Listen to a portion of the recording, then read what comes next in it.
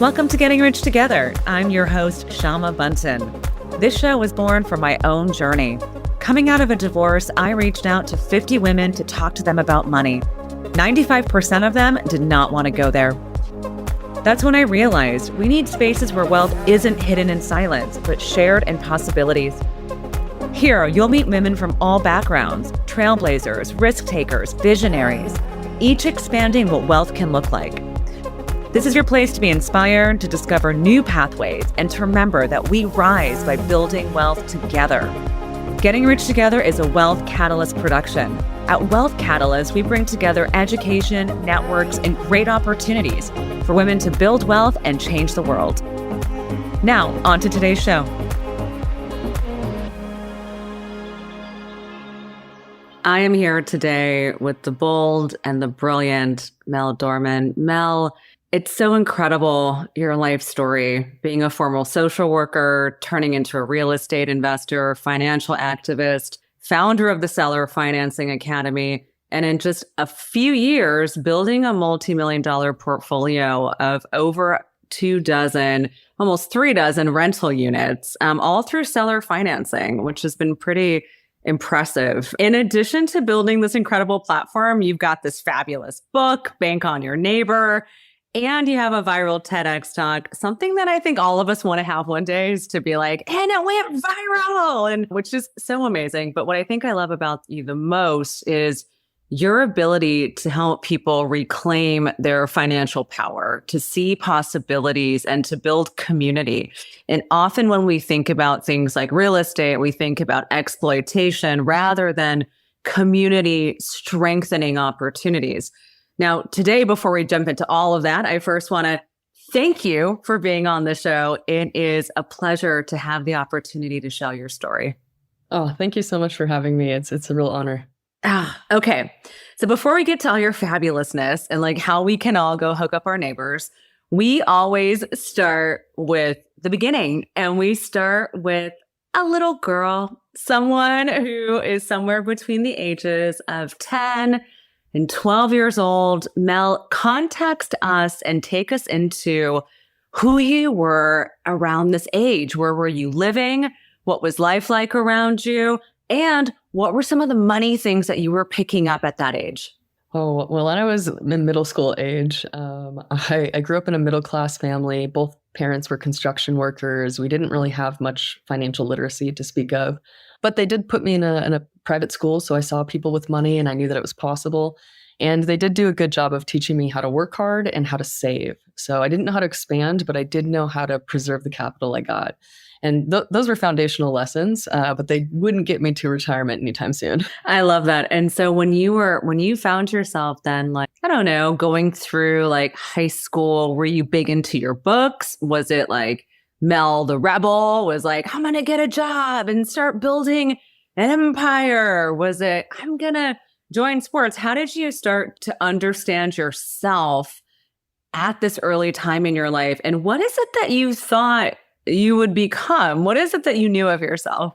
Funny story. A lot of adults start their first business in like maybe their 20s or 30s, right? They start an Etsy shop or something like that. But I started a reptile breeding company in high school. Hell out of here. It was my first failed company, but me and my employees, which were my parents, who were volunteers, they didn't do a good job of tending to them. So they ended up dying when I went to college. So there was big lessons in hiring and firing and fair labor. Okay. So let me get this straight. So reptile breeding. So reptiles are a large category. Let's get specific. What were you breeding? And did you get to sell any? Did it ever make it to the breeding phase? What was this like? And how did you even learn how to do this? I think I watched one too many crocodile hunter shows, but I basically got into it because a friend of mine introduced me to a guy who would sell reptiles sort of off market. And at your local Petco, they actually just buy from local people like myself who are raising them in our garage or a bedroom in our house. And basically I had over 100 animals. So think of the lizards that would be frilled and they'd run across the water in Jurassic Park, or, bearded dragons or 10-foot pythons, or all sorts of really interesting animals. Yeah. Oh my God. And then you're breeding them. You have to understand like their cycles. You have to date them. Was there any like weird cross-breeding species or was it all purebred? All purebred, but I will tell you one time I had this endangered species from the LA County Zoo and it was a Cuban iguana. And so I actually hired his son to stay with us for a few weeks to get him amped up to be able to breed. So that was an interesting experiment. It didn't work, but I almost lost a finger in the process. That is totally outrageous. What were the margins like? If you were to think of it here. I wasn't. That was the issue. So this was my first failed company. I think most people do this in their 20s or 30s or maybe their 40s. They branch out and they think, I have a great idea, but they don't pencil it. Like they don't think about how many eggs make how many reptiles and make how much money. I never did a business plan. So I was like a hobby. And of course you lose money on a hobby. And what did your parents think?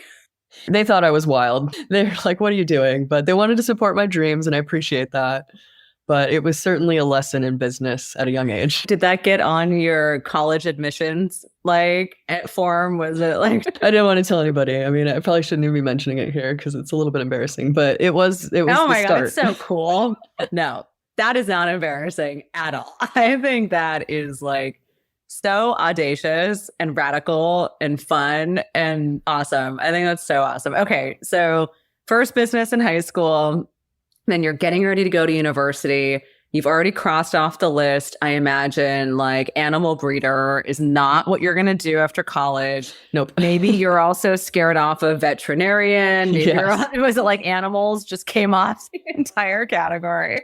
So amazing. Okay, so what was left on the list? How did you decide what you were going to study? Yeah, so when I got to college, I started out as a business major, and really quickly my heart found people really mattered more than business to me. So I started studying sociology. I started deconstructing a lot of my ideas around race and sexuality and gender and all these constructs of oppression in our society. And that really led me to the path of becoming a social worker eventually, but before that, a humanitarian. And yeah, I have my college to thank for that. They helped influence that decision.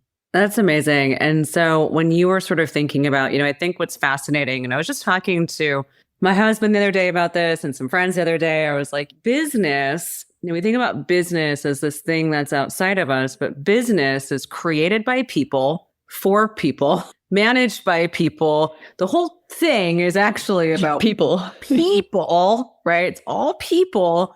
But yet they're like, JP Morgan reports earnings of XYZ. And I'm like, okay, so where are the people in this whole thing? And someone the other day was like, well, the board of directors. I'm like, and those are people. We are building all these things with people. And yet somehow people are not a part. It's so existentially bizarre, right? Like how we're building something in service of something outside of us, yet all of these things are about us. Right? Yes, absolutely.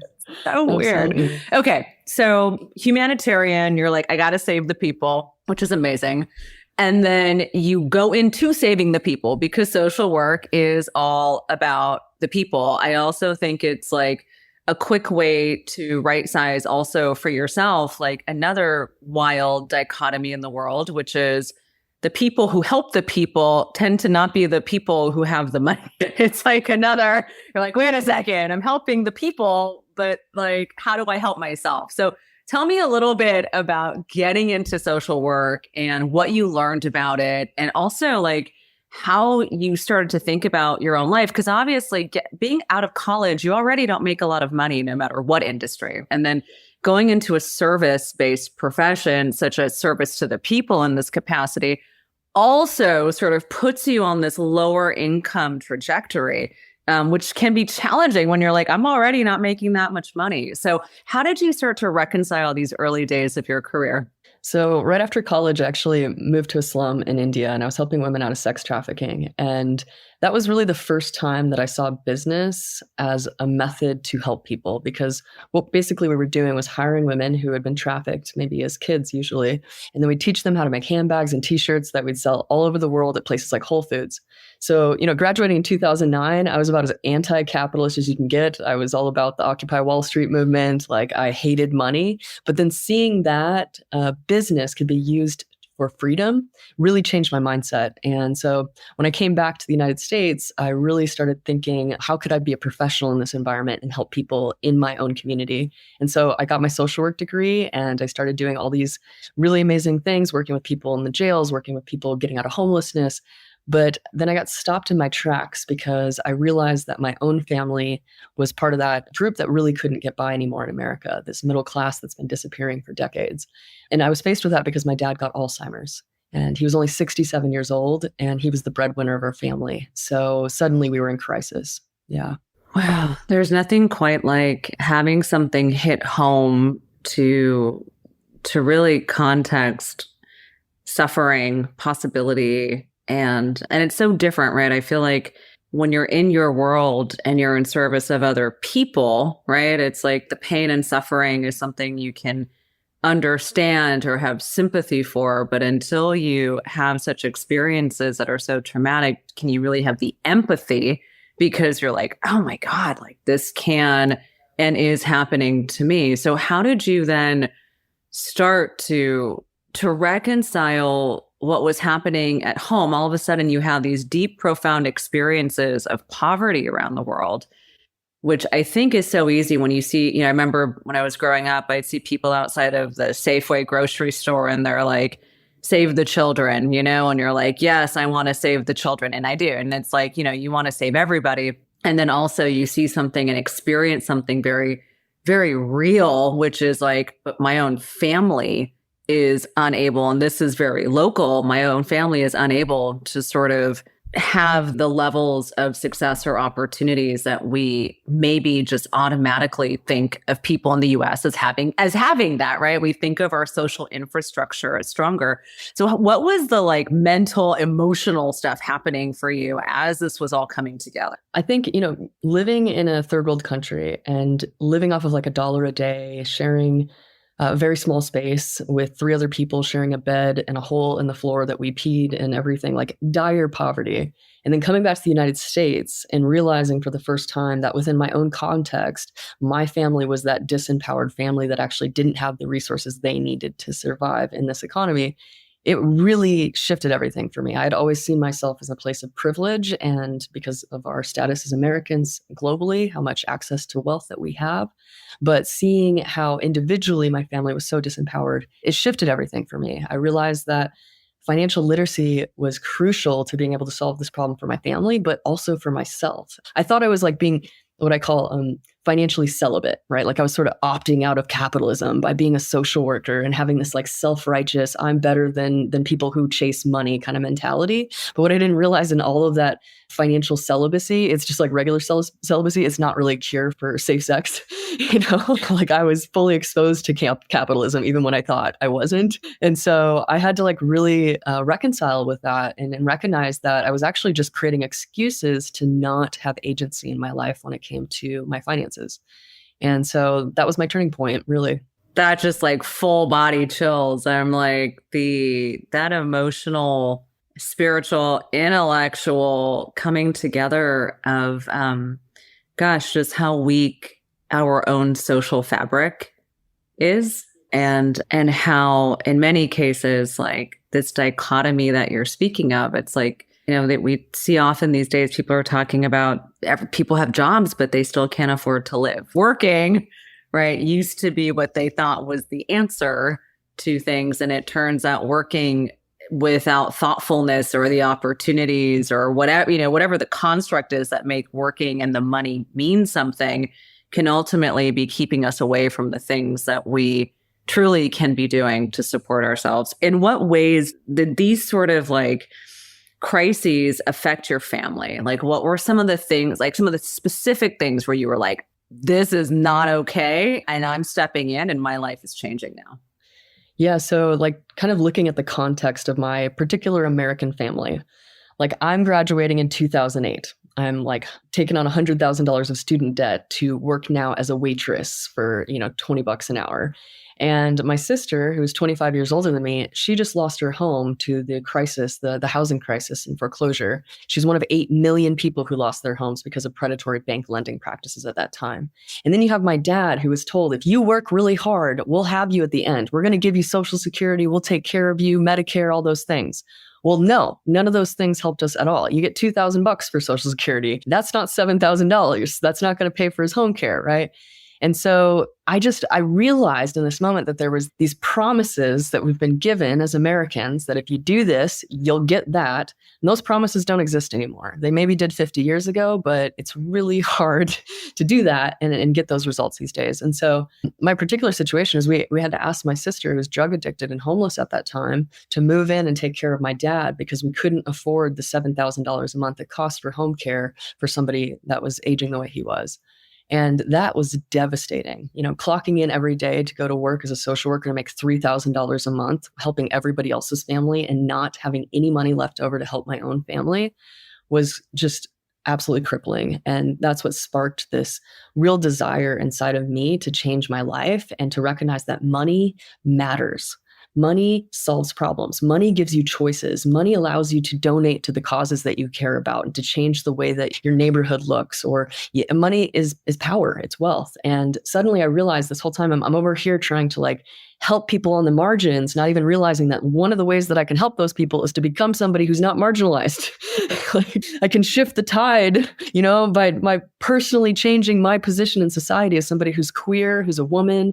If I become better in my own self, I'm actually changing who has power and wealth in our nation. Oh, yes. Oh, I just adore you so much. It's such a big awakening. It's almost like on the airplane when they say, literally, put your fucking oxygen mask on first. We don't think about that. And especially as growing up as women, we're not cultured to do that. It's like, no, it's not about you. It's about everyone else. And that I think is really such a powerful shift. So you are now known, right, for building and creating really what I would call to be people first, community first, real estate ecosystems, right? By really helping all the stakeholders. But obviously, before you had dozens, you had one. Can you tell me how you went from, okay, I'm navigating this job, family stuff is in crisis mode already, that puts your nervous system into just all sorts of things, right? What am I doing? How do I figure this out? So how on earth did you figure out how to get yourself into real estate, especially an asset class where not only at that time was it busted and scary and people were like, what am I doing? But also the opportunities also seemed how do you even know what is possible when you haven't been educated to be doing this, right? What started to fall into place? So after I graduated with my master's at UCLA, I basically put myself through an MBA program of my own. I read 20 hours a week, all these books and podcasts about real estate. I was really trying to understand the mechanics. And it's like any other science. There are rules and there are laws. If you drop a cup, it hits the floor because of gravity. And the same thing happens in real estate. If you break a rule, you will pay for it. And so I was learning all the different metrics of how to make a good and solid investment. And in that process, I stumbled into seller financing. And so, a lot of real estate investing is about finding somebody who's down and out, going through a divorce or a death or some sort of tragedy, and then trying to negotiate them down on the price of their house so that you can flip it and make a profit and extract that capital out of the neighborhood and pat yourself on the back. You did a cool HGTV flip of your own. But that didn't really speak to me. I'm a social worker, that I could see that's just gentrification, on steroids. And so I'm like, okay, what does appeal to me is seller financing, because that's about finding somebody in my community who's a partner who actually has paid off their house or paid off their property because they've been a landlord for a long time. They're responsible. And I'm actually just creating a relationship with them that's long-term, where I pay them monthly installments for their equity. And slowly over time, I purchased the property directly from them.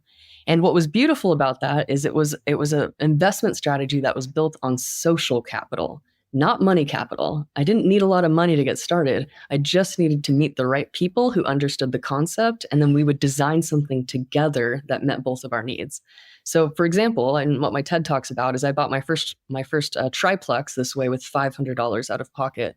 And I didn't have to swindle anybody because the seller made hundreds of thousands of dollars in interest that I would have ordinarily paid to the bank. That's why it was a win-win. Okay, but why real estate, right? So when we hear about like investing, it's like most people go, well, I'm going to start off with like a 401k or start putting money in the market. And, I feel like there are some social and cultural things that we are taught, right? And like, this is the stepping stone. Going straight into real estate, I think is like, it's such a great hard asset. You can touch it and feel it. But obviously it can also be, especially for a young person, a little intimidating to be like, and now I own this house and this is a big deal. So there's a lot of responsibility with that. How did you decide on real estate as the sector that you were going to get into? This is such a great question. It actually brings me back to a really good story. So when I was doing humanitarian work back in my early 20s, I lived in Uganda in a very rural village. And I remember one week, the host family that I was staying with, their cousin came in to visit and he brought this book, Rich Dad, Poor Dad, and he handed it to me. And he was so excited. He was like, you got to read this book. It's going to change your life. And he's like, you can keep it for a few weeks. I'll come back. And I looked at the book, I flipped it over, saw that it was about investing in real estate. And I went, oh, Americans, they're so capitalist and they're awful and they only care about money. And I handed the book back to this kid and I said, you would be better not to read this yourself, right? I was so self-righteous. And speed up 7 years later, my dad's now got Alzheimer's. I'm sitting in the jails, not as an inmate, but as a social worker. And I'm sitting there trying to figure out how do you make money? And it clicks. Wait, that book that kid sent me, like I could read it now. So I'm reading this book, Rich Dad, Poor Dad, and I realize, oh my gosh, this is how money works. And like one of the fastest ways to build wealth is just to like anchor yourself with an asset that's constantly appreciating while you sleep or not. And that's really what led me to real estate because I'm not very good with math. I can't follow stocks. If you want to pick a stock that's going to fall tomorrow, ask me because I'll figure it out. But like, I am not good with anything other than real estate. And so I'm a big advocate of it because it's just working with people. Like you said, it's people. Like your maintenance person, your leasing person, your tenants, they're all people. Oh my God, this is so amazing. Okay, so the very first one. So you're like, okay, I've done all my own research. I'm like, people love you. So that helps. You're like a nice person. So you have some social capital. And then what? You knock on someone's door and you're like, hey, I think I want to buy your house. Like, can we have tea? Like, how did you sort of get like in the door? And also like, how did you prove yourself to be credible, right? If you're going to go up to somebody and be like, hey, I want to do this thing that's legal, first of all, totally legal, but historically maybe a little unconventional, right? Like not the thing we get marketed. So what was it like for you? And did it happen on your first conversation, like with the first house? What was this like? So I like to think about seller financing through the lens of dating. Like I wouldn't show up to a date and be like, will you marry me? It'd be too much, right? So like you don't do that. So first you just have a bunch of dates and you can do that by cold calling or door knocking people. Or what I did a lot was I sent little letters that looked like what your grandma might send you in the mail. It has a cute little stamp and it's got handwritten envelope and I'm signed in the inside and it's very personable. And all it just says, I want to have coffee and just get to know you and maybe buy your house one day. And so I did that a bunch. And one day when I was cold calling some neighbors and whatnot, I came across this attorney because I was actually looking for his client who was dead. And I didn't know that at the time, so it was a little awkward, but it was a great meet cute story for Kelly and I. And he happened to be a bankruptcy attorney and I was a pre-foreclosure realtor at the time. So we had a lot of client overlap, people that were struggling with their finances. A few months into the friendship, he actually texted me and said, hey, I want to sell this triplex and I wonder what the value is. And so I knew what seller financing was. I looked it up on the computer and I saw right then and there, he'd owned it for 15 years. So I knew that he had the most important ingredient for seller financing, which is equity. He owned it. He could lend it back to me. I showed up to the listing appointment and back up a little bit, like for 6 months after I learned about seller financing, I'd wake up every morning and I'd say my affirmations and I'd be like, I'm going to buy a seller financed property all by myself without using anybody's help. And I don't need a bank loan. This is my affirmation. And that day he actually looked at me before I could say anything to him. And he says, I'd like to seller finance this to somebody. And I was like, oh my gosh, this manifestation right in front of my eyes. And I said, well, how about you sell it to me? And so, no, I had to talk to hundreds of people, but That one property today, I mean, from that one purchase with $500, I've already netted over $400,000 in equity, and it cash flows about $3,000 a month now. So was it worth talking to 200 people to find Kelly? Absolutely. Pause for a second. If you're not already on the Wealth Catalyst Substack, you are missing out. Over 20,000 people have subscribed, and they are diving into stories, strategies, and money expanders you won't find anywhere else. Join us today and keep fueling your wealth journey. Check out the link in the show notes. Now back to the show. So incredible. So you mentioned, like, right before, as you were telling the story, you mentioned some work in pre-foreclosures is what you had mentioned. Give me a little bit of some of the context of which I'm like, what does that mean? What real estate muscles you had been flexing and building at the time? Because you're now talking about things where I'm like, oh crap, what does that mean? So what were some of the muscles that you had been building, and how did you sort of cut your teeth on things to make it to this sort of stage of like, all right, I talked to 200 people now. That's cool. What was going on in your life at that time? Yeah, so at that time, I had quit my day job as a social worker. I had $16,000 in my checking account. I was trying to live off of that. I was like picking up little per diem jobs at the hospital as a social worker just to fill in the gap here and there. And so I was desperate. I was in a really bad place, but I was hustling really hard. I was cold calling 10 hours a week. I was door knocking people. I was sending out letters. And so I think like how I cut my teeth is I was talking to people who were in foreclosure primarily. I was tracking them down, having a conversation, and trying to prevent them from going to foreclosure. We wanted to buy the property before it went to auction so we wouldn't have to compete with anybody else. And we would give them like $5,000 to move out. We'd make it really smooth for them. Otherwise, the sheriff would show up, knock on the door, kick them out in 24 hours. It was a lot like social worker. I was like the real estate social worker. And I did that for a year, but I realized— see that TV show, The Real Estate Social Worker. It was tough. I was like in the trenches of social work meets real estate. And I did that for a year, and I went, I think I could just like, take buyers who've gotten pre-approved and help them buy a house. That'd be so much easier. And so I actually just built like a multi-million-dollar team after that, because I cut my teeth on the hardest type of client, which was somebody who answered the phone with F you because they thought I was a lender or something trying to foreclose on them. So if you can turn somebody from that to a meaningful conversation, then you can help just about anybody. And I do credit that. Yeah, it really built my communication skills. That's so powerful. Okay, so you entered to your first agreement. You like throw yourself a little party. Oh my God, we did it. Like, this actually happened. Now, was the purchase of this home with the intent that you would live in the house? Was it like, I'm going to start this off and fix it up and rent it out? Did you go into it thinking this is going to be the first of many things that I do? Or was it like, okay, this is the first, let's take it slow, let me feel it out? What was sort of the thought process around house number one?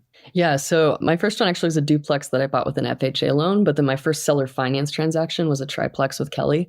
But I really had a mission to buy at least one multifamily a year for 5 or 6 years. And I advocate that for my clients who are trying to get into passive investing and into retirement too. If you buy one fourplex for the next 5 years, you'll probably be pretty set for life. As long as you maintain those and they start cash flowing, then yeah. So anyways, I was taking that same path for myself. And once I figured out how seller financing worked, it just really helped me leapfrog from one investment to another, because with seller financing, you design all the terms. So for example, on that particular property, I owed them $700,000. And about 3 years later, I decided I didn't like my 5% interest rate. It was 2020 and interest rates were 3%. So I called up the seller and I said, hey, could we do something really creative? Could we take that $700,000 note, divide it in two? So it's for $350,000 and $350,000. And can I move one of those notes to another piece of real property? So that's something that you can do with seller finance. You can move debt. You can move it strategically, because now I was able to do a cash out refinance, take out $200,000 and buy a 20 unit in Ohio with that. So my $500 didn't just get me 3 units, it got me 23 units. And holy shit. Yeah. So it's like when you brush your shoulders off, Yes. like it's like really like, wow. Oh my God. Okay. So let's bring it back to like family stuff. You're starting to build, you're like, holy shit, I'm really good at this. Where everything's clicking, like things are moving. Obviously, you're still managing father, family, like things are happening. were you able to reconcile, or were there any sort of material changes that you were experiencing that was then able to help your family in ways that started to make you feel like, okay, like this goes beyond just cash flow into my pocket, but in like life, right? Because life costs money. But now I'm able to make some material changes to my community or to my family. Yeah, so my dad actually, he passed away after the first property I bought. I remember being at his bedside and realizing as I was saying goodbye to him that while I had finally bought my first property, I was too late for him. And he was so proud, like just crying, so proud of me that I did it. But we both knew in that moment that I was too late. And I remember sitting at his bedside, just really making myself and the universe a promise that, like, if I could learn how to build wealth, that I would teach anybody who was willing to listen. And on this side of things, I'm really fulfilling that. So like I wasn't able, I have tears in my eyes right now, I wasn't able to help my dad. But now I can help so many people. I'm set up in a spot now that I can help my mom without thinking, right? And what's beautiful about that is my loss has now become the gain of so many other people. And so it's almost like my dad was this sort of like sacrifice in my journey, like to learn and to recognize the pain that comes when you don't know. And yeah, it's so to answer your question, like I'm prepared to help my mom when she needs it, but right now she doesn't need to. And now I'm just teaching other people to take care of their families so they don't have to go through what I did. Oh, sweetheart. Like, like we just, we don't know the legacies that we are here to leave, and we don't know the road ahead of us, but with deep sense of like gratitude and awareness for the life we do have, like we can change the world. Like we can do that.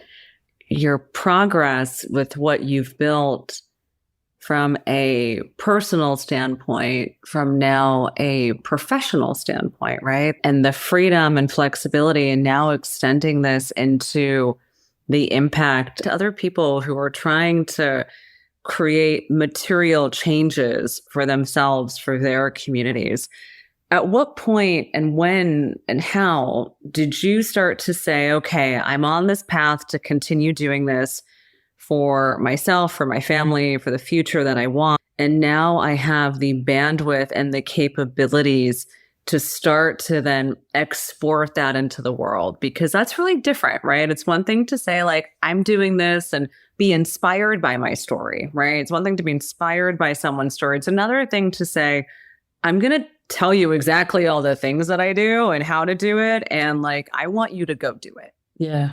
Yeah. So after I reached financial freedom, I was about 35 years old. I had 34 rental units. I had 6-figure financial freedom.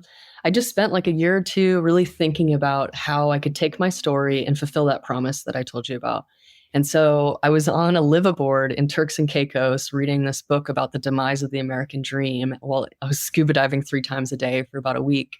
And that deep learning and that deep contemplation helped me realize that my story was not about how I individually could build wealth, but that it was a bigger picture of how we could collectively redesign the capitalist system that we live in so that it's not so extractive, and that there creates a way that there's an interdependency between us.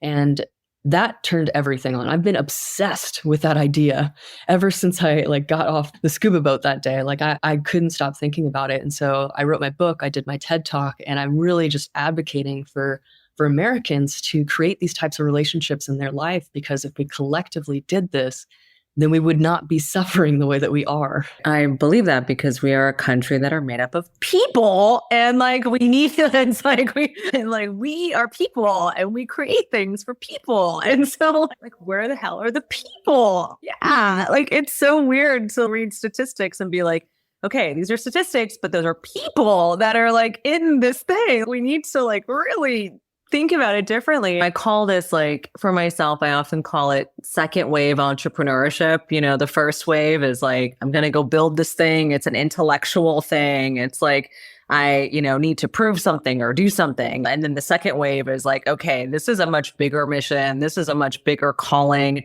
This is something that I am driven to do and that I have to do. And there's no other option, right? It's like all of a sudden, you're living, you can call it your path, your purpose, your dharma. It's like you are in the zone. And so there's another step in that, which is you go from this internal world to now starting to form an external identity, right? And like it becomes another sense of learning who you are. And so I'd love to ask you about who you were before the epiphany. Yes. And then who you are now and who you were 2 minutes later answering the call to that. And so I want to ask you about answering the call to your mission and like how it's been and what it's been like to take all this internal dialogue, information, knowledge, expertise, and start to formulate that into an external facing world. Yeah, it's like I'm in this phase of my life where I'm marrying my social work background and understanding of sociology and systems of oppression and capitalism and all those sorts of things. And I'm marrying it to my expert knowledge as a top realtor and as an investor, sort of merging those two worlds to create something totally different, something that I've never seen in the space before. And what's been interesting is when I had the idea, I had no idea what I was going to do with it, right? It's like a big idea, but how do you disseminate that to so many people? And so a friend of mine recommended a TED Talk, which was a great starting place. And it really helped me narrow in the vision of what I was trying to communicate. But guess what? When you do a TED Talk, nobody calls you after it comes out.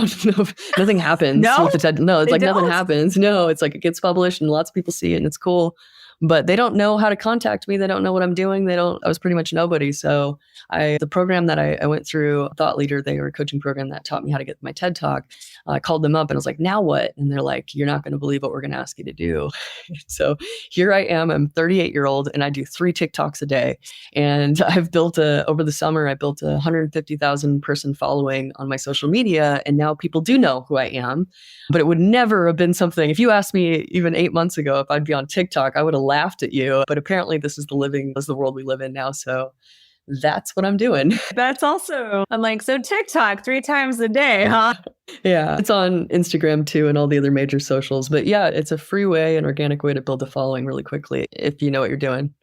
That's amazing. And so what has it been like to now also take your information and your strategies and to package them? I feel like there's something interesting. It's almost like when you do something for yourself, sometimes you give yourself more leeway or flexibility because it's for you. But then all of a sudden, like people are looking to you and you're so now it's like I's are dotted, T's are crossed, and you start to productize and build models around not just real. So, you have experience in real estate. Well, you did have a product-based business. You were breeding iguanas and things. So like you do understand. It's true. It's true. They're very similar. Yeah, very similar. So like as you're looking at sort of building now a different kind of business model, right? Like this is different than this is selling real estate concepts, ideas, and helping people with really selling education, right? And trying to help people go from, okay, this sounds cool to this is how I do it to I feel confident to do it to, oh my God, I'm doing it, right? Like I feel like there's these different levels. And so how has it been sort of taking these ideas and putting them into products? And what are you learning now about sort of building business in this like non-reptilian, non-real estate manner? Like this is different. Yeah, I've learned so much. Yeah, when I learned about seller financing, it was at a boot camp. I went for 2 days. They told me a whole bunch of information and they're like, good luck. And I ran with it. I like hit the ground running. I had the full imagination. And honestly, I surrounded myself with other investors who knew all these things. And we kept each other accountable. We'd meet every week and we'd talk about it. But I was shocked to find out when I volunteered at the same boot camp like 5 or 6 years later after I attained financial freedom that only 10% of the people had my outcome, which was just absolutely shocking because it changed my whole life. And so when I started thinking about how I was going to help people make this big transition in their life, this transformational experience, I realized it couldn't be a weekend. It had to be something where they had continuous touch points through the whole process. So I created what's called the Seller Financing Academy. And it's not only, all the coursework to get you there and all the worksheets and deal analysis calculators, but we meet every single week and we talk through that transformation of what are the fears? What are the anxieties? How do you handle objections? How do you find the right neighbors? How do you know they're a good fit for your deal? How do you craft something that's truly going to benefit them and you? I believe that's done in community. I think transformation happens in community. We learn behaviors by watching other people model it first so that we can believe it's possible. That's why world records, when they're set, all of a sudden people break it, right? It's like it opens up the imagination. Okay, yeah, you can run a 4-minute mile or whatever it is right now. But same thing. We learn. It's like a minute. No, yeah, right. It's like probably a minute now, mile. right? Yeah, and it's like impossible, but then somebody does it and then like 5 more people do it. It's the same thing. Like when you see people talking to their neighbors, building these relationships, and it's just like, oh yeah, she bought a 10-plex. It's her second property. Shoot, maybe I could buy a 10-plex. And those are the kind of conversations we're having in class regularly. And it's just beautiful to watch people go from, I've never even thought about real estate investing until I met you, to, oh my gosh, I'm buying my first property seller financed. And sort of the transformation, both in their confidence and their courage, and their articulating this idea, and just also just to see who they're becoming in that process, rather than just, it's not just about the money, it's who they're becoming. Totally. We're so values aligned, right? That is so incredible. And like, the ability for people to impact their own lives and their communities, I think, is magic. And so, a big component of your philosophy is around this community building. Can you share just anecdotally, like, what have you seen, right? As far as like how communities have shifted and the impact of neighbors showing up for each other. What has that been like? Yeah. So for instance, my girlfriend, she was in the program, right? She's didn't know anything about real estate. She's like, I'm going to try this thing. And it was really beautiful. Like 2 weeks after she sent her first 100 letters, she got a call from a seller named Sylvia. And Sylvia had just lost her husband, but she had 7 properties to sell. And my girlfriend goes over there and has this like 2-hour conversation where the woman's crying with her and they're having this really deep connection. She comes back and she's like, oh, I think I just met my best friend. Like, this person's phenomenal. I was like, how'd the property conversation go? And she's like, oh, we didn't really get there. And I was like, yes, that's what I want to hear. I want to hear that you had that first conversation with somebody and the property was an afterthought. So it's like those kind of building relationships that I'm watching my students do.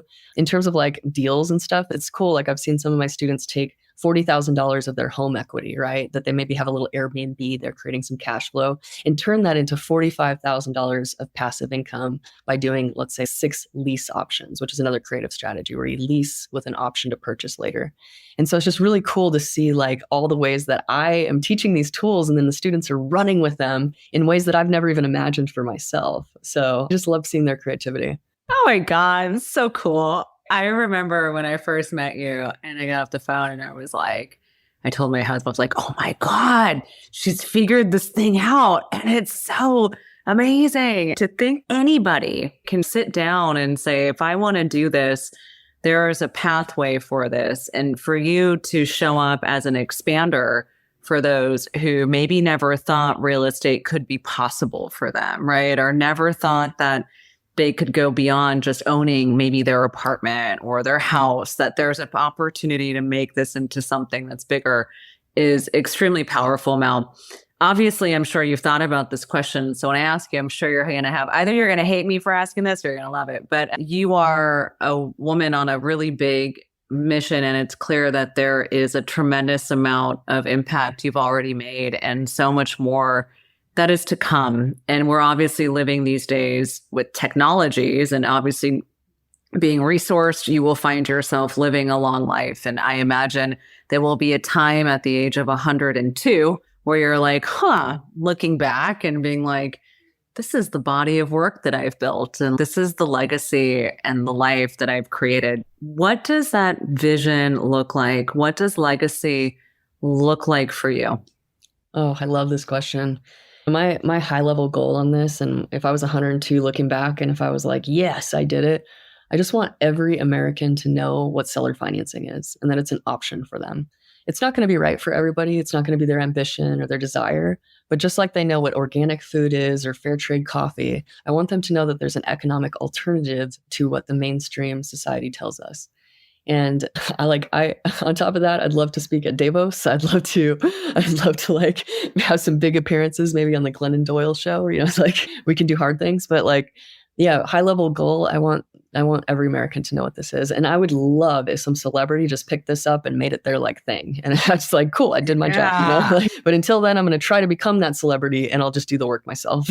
Oh, I love that, Mel. We've talked about money from the perspective of real estate and capitalism and certainly people and business and all these things. But money obviously aside from supporting our families and our communities, or in addition to that, we can also have a lot of fun with our money. And there can be some fabulous things that our money can do for us. What are some of the most fabulous things you've done with your money lately that you've really enjoyed? Yes, I love scuba diving. So I'm going to Palau for 3 weeks in December with my girlfriend. We're going to be on a liveaboard. Watch out world. The last time I was on a liveaboard, I showed up with a really big idea. And then, yeah, next week we're going to Hawaii. We're going to go scuba diving there. So I really love to just like take time away from everything, sit on a beach, really deeply think, spend some time meditating under the water with the fish and just like really taking in experiences. Other than that, I'm not a very material person. I joke the only thing I really want is real estate. So good luck with my birthday present. But yeah. And you get a condo and you get a yeah, I don't get too excited unless it has a deed. So good luck. But yeah, I love to travel. I love to have experiences. I love to invest in collecting memories. Oh, it's beautiful. And then my final question, Mel, is everyone who listens to this show loves to rally around the women on this show. Like we are all like, all right, like what does this per human need? How do we evangelize? How do we champion? So tell me, what is it you're calling in right now? What do you need? How can we support you? I'm really looking for community leaders right now, folks who really believe in local ownership, who want to spread this idea to their community, plant the seeds of economic justice. I'm looking for people who want to learn this alongside my community. So whether that's, the listener or if they know somebody who's ambitious and wants to learn how to build real estate in ethical and sustainable ways, just send them my way. I just want to have a conversation and teach them what I know and see if it's a good fit. Amazing. Mel Dorman. Mel, you are incredible, brilliant. I'm honored to have you here on Getting Rich Together. Thank you for being here. Oh, thank you so much. Thanks for tuning in to this episode of Getting Rich Together. My hope is that you leave every episode feeling more inspired, more powerful, and more connected. Until next time, remember, you have everything it takes to create wealth on your terms.